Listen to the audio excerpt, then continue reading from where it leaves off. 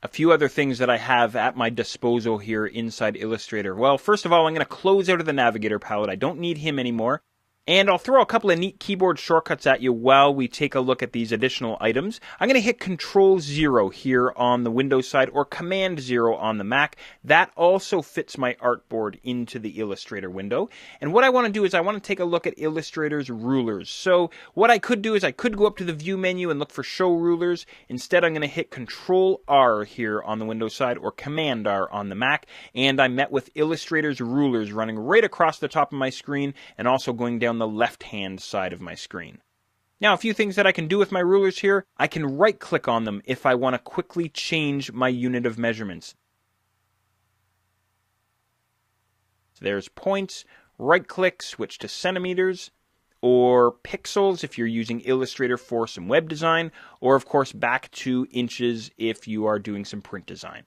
The other thing that I can do with my rulers is I could bring my cursor right up into the top left corner where the two rulers meet, and I can click and drag out, and this resets the 0 point for my rulers. You can see the 0 point is set there for both my horizontal and vertical rulers right up in the top left corner of my page, or I could drop that 0 point wherever I want inside my Illustrator window.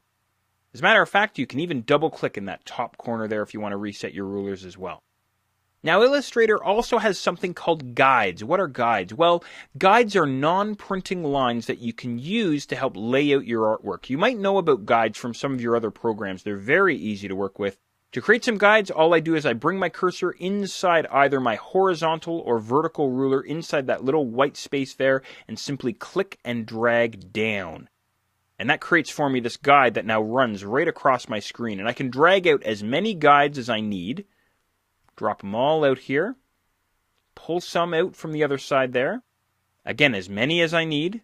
Maybe I'm laying out a brochure or a newsletter or something like that. A few keyboard shortcuts for you. I could hit Control semicolon and that would turn off my guides. Hit Control semicolon again, that brings all my guides back.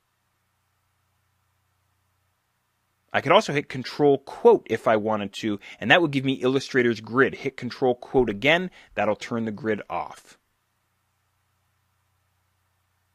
I'm going to head up to my View menu here, and then all the way down to Guides down at the bottom, and I could choose Hide Guides there, that way, or there's that keyboard shortcut.